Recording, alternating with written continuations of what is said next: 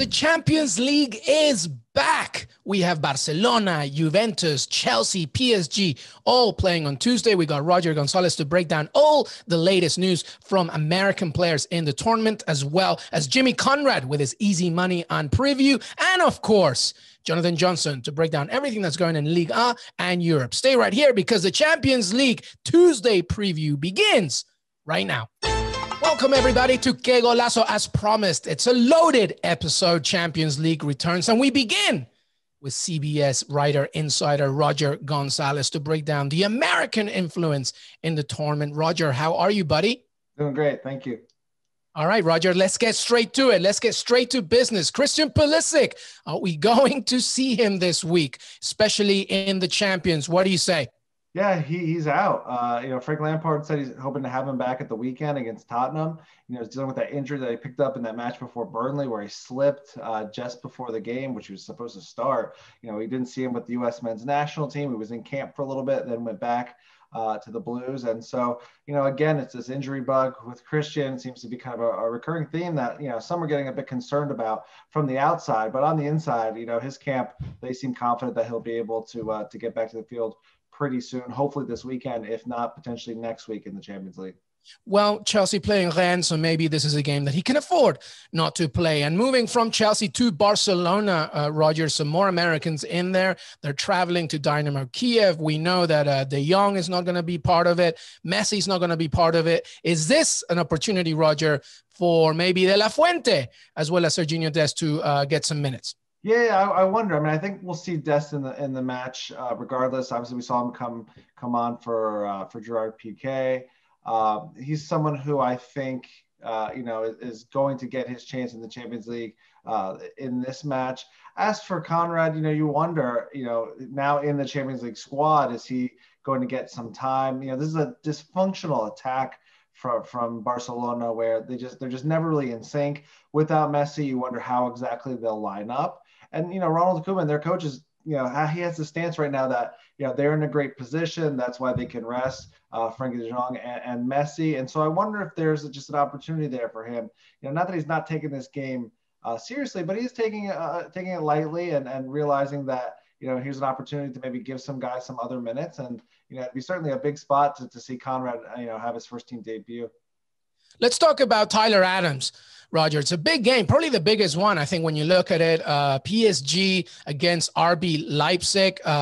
Obviously, the turnaround here as they come back, PSG looking for a win here. How's Tyler Adams looking as he approaches this game? We've talked a lot about Pulisic and Reina and so many, but Tyler Adams very quietly is just doing his thing. How's he doing?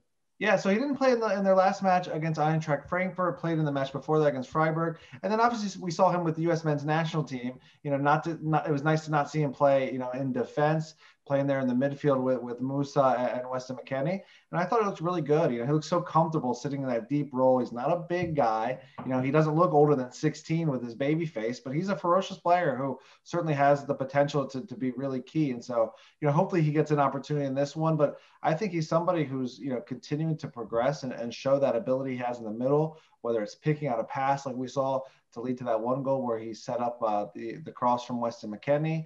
But I think he's someone who has a really, really high ceiling. He's gotten some time with RB Leipzig, and hopefully here soon he gets some more minutes. Let's talk about Gio Reyna because, he had a good camp with the U.S., but obviously such a busy schedule. Dortmund beat Hertha Berlin 5-2, Erling Haaland with 4 goals in that one, but Gio Reyna didn't feature. What's the latest on him? Yeah, he obviously had all those minutes with the U.S. Went the full 90 in the first one, did about 60 or 70 minutes in the second match against Panama. And so, I think, they're certainly trying to be a bit cautious with him and not overdo his minutes. He did have just a short cameo at the weekend in that big win over Hertha. And so I think we'll see him certainly play here. And, that relationship that he has with Erling Haaland and the chemistry that they're building is something that can change a game, especially in the second half. I think, without Reina, it's certainly still a match that Dortmund should be able to win. But I think with him, if it's tight in the second half, and if he doesn't start, he can come on and make all the difference. And he's just growing into a star player with such a great vision and someone I think can be the face of Dortmund for years to come. Finally, Roger, Weston McKennie. Hopefully, our producer Brad will put it up on YouTube as I'm talking. But he got the bowl treatment from Cuadrado and Morata. If you watch it on social from Juventus's social pages. Juventus playing Ferencváros on Tuesday. What can we expect from Weston McKennie in the Champions League? Yeah, I mean, I think this is an opportunity where he could potentially start. Obviously, playing against an inferior opponent that they should win, regardless of whoever they have out on the pitch. He came off the bench in the 2-0 win against Cagliari at the weekend. And, he's just someone that, from what I hear from the Juventus side, people have been really impressed with just his tenaciousness, just his ability to fight for balls and go in hard, really. He's not anyone who's going to go into a tackle softly. And I think, each team needs that kind of edge in the middle of the field, especially when you think of the Juventus side that has so many technical players in the middle and maybe, not as much power defensively. And, he's someone who's shown his ability to go box to box. And, I think he's certainly impressed Pirlo, and I think he'll get some minutes in this one. Roger Gonzalez, always with the latest inside information and updates, specifically with American talent in the Champions League. Roger, thank you so much for joining us. Thank you. Hey, everybody. Welcome back. We had Roger earlier, and now we have Jimmy Conrad, the expert. If you want some money, Jimmy Conrad is your man. Jimmy, how are you, buddy? I'm doing great, Luis. Great to see you as always. Jimmy, so excited. Let's get straight to it because your easy money is back, baby. What you got for us for Tuesday's Champions League action? Can I start with expert with quotations around it? Because, I'm just easing into this role. But yeah, these are some easy money picks for you guys to consider for these upcoming Champions League games. Obviously, very excited to get into match day 4. The first one for me is very, very enticing. The game itself overall should be very exciting. It's PSG against RB Leipzig. PSG is going to be in France for this one, in Paris. They're plus 150 for them to win and both teams to score. I really like this one because even though RB Leipzig got the result last time in match day 3, it was 2-1 overall. If you guys remember, Angel Di Maria scored very early. Then he missed a penalty. And within 5 or 10 minutes of them missing a penalty, RB Leipzig went down and scored right before halftime. And that really changed the complexion of the game. And they did that. Okay. PSG played this game without Neymar and without Mbappe. And I think that makes such a big difference with regard to, obviously, those two world-class players in your team. So I like PSG to do the business. I think they're going to have it. However, they are a little leaky defensively. They were up 2-0 on Monaco this past weekend and gave up 3 goals and lost 3-2. So they do have some vulnerabilities. I think RB Leipzig can take advantage, but I think PSG will get the win. I like that one a lot. Now, the next one, and Luis, I think you like this one a little bit. It's Dinamo Kiev and Barcelona to draw plus 400. Now, for me, this is tremendous value and worth maybe putting a flyer on because Barcelona are decimated with injuries right now, especially in their back line. Messi seems a little bit all over the place, not really all that interested. Griezmann, and he's not going. He's not going, right? So you have that. And then you have Griezmann, who's a little bit all over the place, but maybe because Messi isn't going, then Griezmann will maybe step up and do the business. I just feel like they're not settled and they're still trying to figure out their identity with this new cast of characters. And with all the injuries, I think it's really hard for them to establish that. Excited that Serginho Dest will probably start. But if you remember in match day 3, Dinamo Kiev actually took it to Barcelona. They only lost 2-1 in this one, and they had a ton of chances. Ter Stegen made a ton of saves. And I feel like Dinamo Kiev were a little hard done by not to get the draw. So I think they could do it at home. And plus 400, I think is good value if you want to put a flyer out there. Now, let's move to the next one. Cristiano Ronaldo to score. Both teams to score and Juve to win. That's plus 300. Now, Cristiano Ronaldo, for me, is the best to ever do it in the Champions League. He just scored 2 goals on the weekend for Juve. He's going to be in fine form. He's ready to do it. I do like, though, Ferencváros, who they're playing against. They got 1 goal against Juve last match day at home in Hungary. But this time around, there's something about the front 3 of Ferencváros that I really like. They're like a poor man's like Liverpool front 3, right? They got some exciting, dynamic guys. Juve's defense, for me, is not all that great. I mean, I think they will give up opportunities. And I like Tokmak, number 10 for Ferencváros. She scored a banger of a goal in this last match day. And they have other talented players too. So I think both teams could score in this one or will score in this one. And then Juve to win and Ronaldo to score. It's plus 300. I like that. And then here's the last, my second parlay ever. Inter Milan to beat Real Madrid. And yes, I know that Inter have been a little uneven in Europe, which is an Antonio Conte speciality. That's what he loves to do, is not really be good in Europe. Unless he's in the Europa League, then he's all right. But in the Champions League, he seems to falter a lot. They need to win this game if they want to actually compete for the top 2 spots in their group. They have to win this game. And Real Madrid are a little uneven as well. And I don't know if Sergio Ramos is going to play or whatever. I mean, they've got some question marks as well. So I think Inter's going to do it. And then Marseille to beat Porto. Marseille, this is a little bit more of a flyer here, Luis. So you can make fun of me about this one. But if you hit these two, Inter Milan to win and Marseille to beat Porto, it's plus 513. That's it, just for them to win straight up. Marseille have yet to score in 3 group stage games. Okay, they got smacked around by Porto in the last match day, 3-0. Marseille have some talented players on their team. Benedetto, Thauvin, Payet. I mean, they got all these guys, but they can't even hit the back of the net. I think some pride is on the line in this one. They're playing in France, and they have to do something of consequence for them to even maybe have a sniff at the 3rd place spot, which would go into the Europa League. I think if they can't learn from their mistakes against Porto, who they're playing again after losing to them 3-0, then I think you have to fire their manager, Andres Villas-Boas. I just don't think if you're not improving upon the results that you've already had so far in the Champions League, you got to let that guy go because the players aren't responding to you. So that's it. That's my easy money. I wish you guys the best of luck and have a good day. Jimmy, I got to tell you, your easy money is always good. Like, I love it. This is the best one yet. Really? I am looking at these, and each one offers so much value. First of all, I mean, PSG to win, both teams to score. Okay. The ones that I'm looking at specifically, Ronaldo to score, both teams, because you're not asking for a draw here. Juve still wins, and all you're asking is for Ferencváros to score, plus 300. And then the last one, that parlay is, I'm putting that to the bank. Inter Milan to Real Madrid, I feel like they're going to want to do something. The break has probably done them good in the Champions League, Conte to reconfigure. And I feel what you're feeling. I really think that this is a make or break game for Marseille. And they're at home. I'm loving this, man. Easy money coming your way. This is your best one yet, Jimmy. Thanks. I appreciate that. Hopefully all the bettors feel the same way after it's all said and done. And by the way, before I forget, the powers that be, don't get angry at me. You can also go to cbssports.com. A lot of soccer props bets as well. Make sure that you go to cbssports.com/fantasy/games/props-pick'em. All right. Just go to cbssports.com, soccer props there as well. But Jimmy's easy money. Jimmy, before you go, let's just talk a little bit about Tuesday's action. Specifically, I want your opinion on Rennes-Chelsea, okay? Rennes-Chelsea.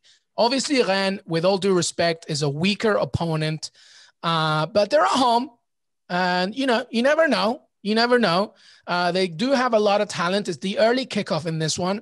No Pulisic once again, according to our, insider Roger Gonzalez. How do you feel about Rennes-Chelsea? Is there anything there, do you think? When I'm looking at the group right now, Chelsea lead with Sevilla second. Rennes need this one. I mean, they haven't won a game yet. Is there anything there, do you think?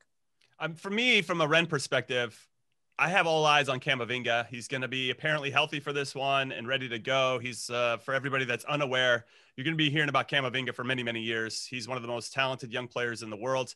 All the top clubs want a piece of him, and now here's his chance to play against one of the top clubs in the world and actually make a difference. So I think not only my eyes, but I think a lot of scouts' eyes will be watching him as well and how he performs against Chelsea, who are red hot right now. I really feel like Frank Lampard maybe got out of his own way a little bit, maybe overcoaching at the beginning of the season. He had so many players at his disposal. He was trying to figure out, which lineup was the best, which formation was the best. And I think having Tammy Abraham or Olivier Giroud in the 9th spot has really unlocked Timo Werner's ability to not have to stand in between the two big center backs and get his butt kicked the whole time. He can actually pick up the ball and run at people. And we saw it this past weekend against Newcastle, where it's tremendous run that led to the second goal for Chelsea. Timo Werner's on something special right now. And if you bring in Conte, and I think he also got away from the double pivot, Frank Lampard. So instead of having Conte and Jorginho, which slows your transition down a little bit, he just has one of those guys that usually starts. It looks like Conte might get it. He has his son. I always call Mason Mount his son, Frank Lampard, because no matter what happens, he's going to find room for Mason Mount in the starting 11. And then you got Kovacic. And then obviously you got Pulisic and you got Hudson-Odoi and you got all these other guys. I mean, they have so many options. And then obviously when Havertz comes back into the team as well, it just makes it more dynamic, I think, when they have more guys that are thinking more box to box than maybe two guys that sit in that midfield. And they've really unlocked something. Then Chilwell's been fantastic. You got Reece James on the other side on the back line. Thiago Silva's steadied a little bit, and Zuma's been very good. Got Mendy and goal. I like Chelsea completely in this game, but I am excited from a Rennes perspective to see Camavinga in particular. And finally, we all know what happened to Manchester United when they visited Istanbul Besiktas. They're hosting it now. They just got a win this weekend. Granted, it was against West Brom, but it was a victory. What do you see in that one? For me, it just depends on what Ole Gunnar decides to do. I mean, last time when they went to Turkey to get a result, he put out, 3 or 4 of the same types of players. I think Mata started that game. Obviously, Bruno Fernandes started that game. Matic was in there.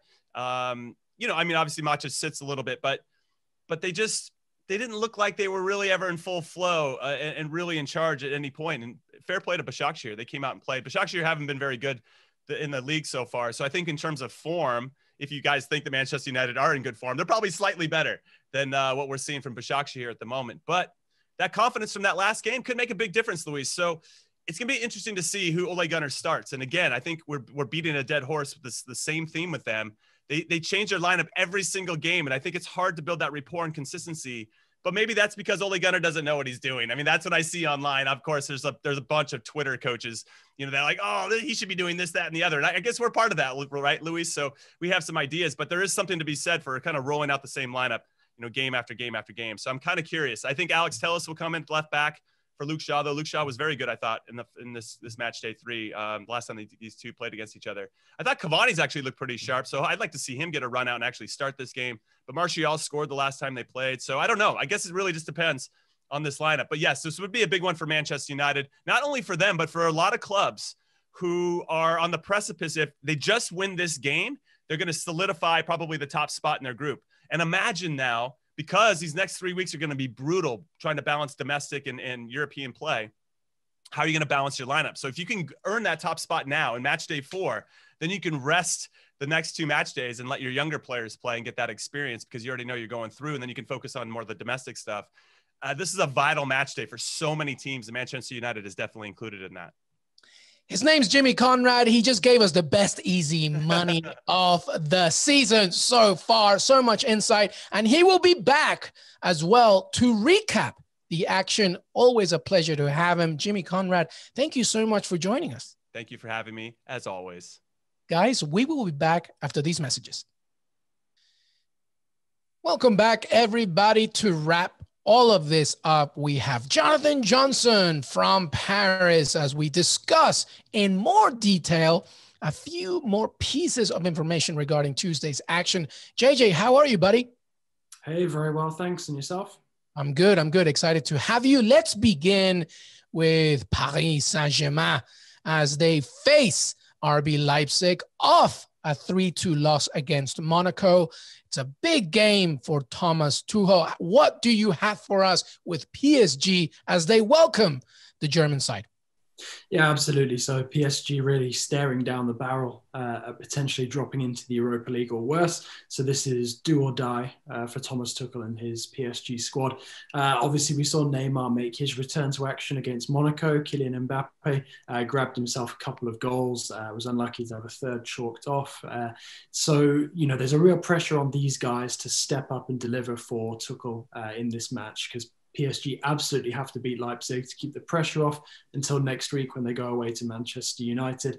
But this one is the one that's really been sort of marked out on the calendar as the key fixture in PSG's season so far.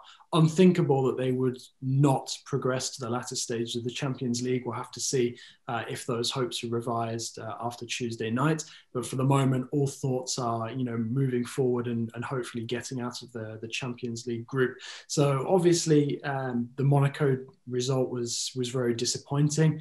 There has sort of been an emphasis on PSG not panicking too much. Thomas Tuchel was saying in his pre-match press conference that it didn't really affect the locker room too much, that result. I challenge that a little bit when you consider that PSG went 2-0 up. I mean, okay, a lot of Tuchel's selections for that match were with the Leipzig clash in mind, but still to go 2-0 up away from home against a Monaco side that was missing top scorer Wissam Ben Yedder. There was no Golovin either in the midfield, and then to sort of have, with all due respect to him, because he's still a very fine footballer technically, to have an aging Cesc Fabregas come off the bench and turn the match against you.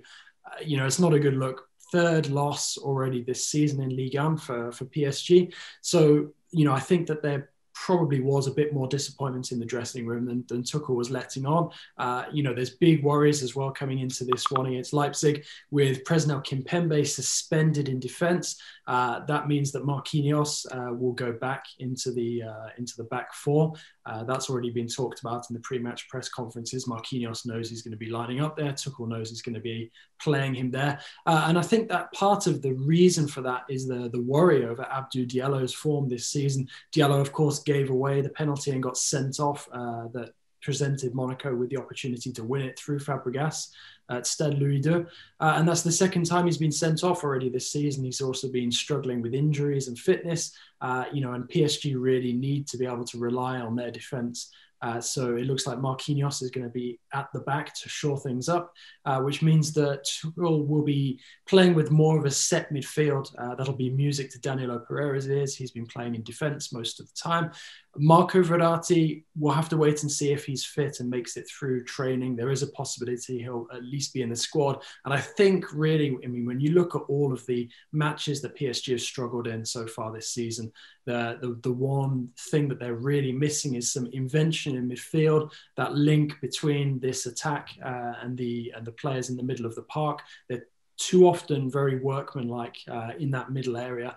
The tenacity of Leandro Paredes is obviously a big boost, but when you're aligning the likes of Idrissa Gueye, who will miss this match through injury, and a Herrera, who's going to face a late fitness test, there's not that much creativity there. So if Verratti was able to get out onto the pitch, even for half an hour, that would be a big boost for Tuchel. But, there is so much pressure on the German coming into this one. There's been a lot of tension over the last couple of weeks, a lot of speculation over his future. He's made it to this point, and I think if PSG can beat Leipzig now, he's obviously going to get the chance to lead the team against Manchester United, probably Istanbul Başakşehir as well, and potentially salvage something of this Champions League for PSG at this moment in time. But it's obviously, quite worrying in the French capital when you take into mind, some of the results they've picked up this season, losing at home to Marseille and then losing again to Monaco. Okay, it's not costing them at the moment in terms of their league position,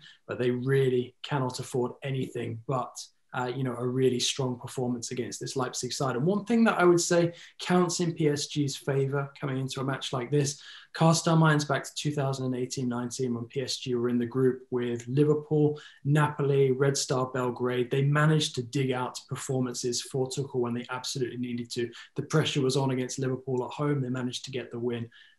We've seen them as well last season, managing to get the win at the crucial moments against Dortmund with a very polished performance. So PSG do have that in their locker, and I think that Tuchel will feel, quite relieved that his players have performed for him in similar pressurized positions before. But this is a Leipzig side that is very, very good, very talented, very young, and also has that hunger to really get one over on PSG after last season's semi-final defeat. Yeah, this is a huge game, but as you mentioned, PSG have done this before, have managed to turn it around, but time will tell if they do it again. Staying in France, let's talk about Rennes very quickly. We talked about it with Jimmy for a second.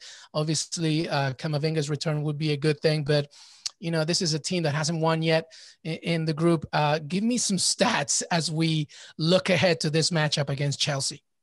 Yeah, well, unfortunately, the stats, won't make for pleasant reading for Rennes fans. 1 win in 8 across all competitions, 5 losses from 6. That is very, very worrying if you're hoping for Rennes to pull off a result. But then again, I think when we're talking about Rennes in the Champions League, we do have to bear in mind that despite some of the talented players they're able to put out there on the pitch, the likes of Camavinga, the likes of Doku, they are still, very inexperienced in terms of the Champions League. This is their first season in it, their first taste of group stage action. And I think, Rennes' focus now, the same with Krasnodar, will be on that match between the two of them next week, because essentially the winner of that one, is probably going to take that Europa League spot. So unless Rennes or Krasnodar can pull off, some unexpected victory against a Chelsea or a Sevilla, which might be possible in the final round of matches, I don't see either of them, sort of having any luck against either of these two sides when they're lining up and there's a place in the latter stages still on the line. I expect Chelsea and Sevilla to get business taken care of this week. We'll see in the final two rounds of matches, what surprises can be thrown up. But I think Rennes should be focused on that match against Krasnodar, and anything that they can get against a Chelsea or a Sevilla, it's just a bonus, really. Yeah, a bonus indeed. All right, let's finish up with an interesting group. Borussia Dortmund, of course, Club Brugge. What can you tell us about that matchup as we look ahead? Because it's kind of interesting as we return to Champions League action. What do you got for us? Yeah, so you've got Dortmund coming up against Club Brugge, and you look at the way that the group is quite finely poised at the moment. I mean, Dortmund seem to hold all the cards because they are leading the group at the moment, and a positive result against Brugge would really put them in control of that group. But if Brugge could pull off an unexpected, victory, and we have seen them performing beyond expectations already so far this edition, that would really put the cat amongst the pigeons, so to speak, in this group, and set things up quite nicely. I think that Lazio will probably have just about enough against Zenit. I think Zenit are already playing for Europa League at best.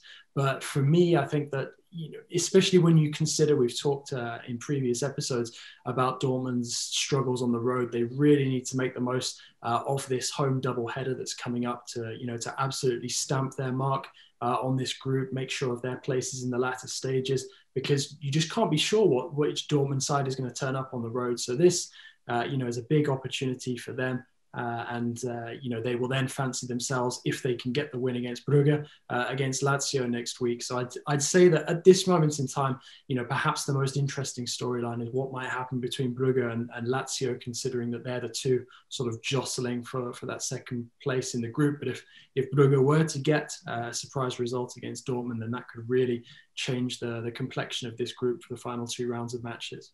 Absolutely. I mean, Dortmund has 6 points, Lazio with 5, Brugge with 4, Zenit and Petersburg with 1. So it's an interesting storyline to watch out for. Jonathan Johnson, you can read all his content on cbssports.com, our Champions League and soccer coverage. Thank you so much for joining us, JJ. Enjoy the games. And we will be back with him later in the week, I'm sure, and especially if PSG going to win this one. What's the future for Thomas Tuchel? JJ, thank you so much for joining us. Thanks a lot for having me, and look forward to chatting later this week. I want to thank Roger Gonzalez, Jimmy Conrad, and of course, Jonathan Johnson for joining me today. Don't forget that we have plenty more recaps and previews coming up this week. Follow us on Golazo Pod on Twitter, and make sure that you listen to us on Apple Podcasts, Spotify, and Stitcher, or anywhere else you listen to your pods. We will see you very soon. Enjoy the games.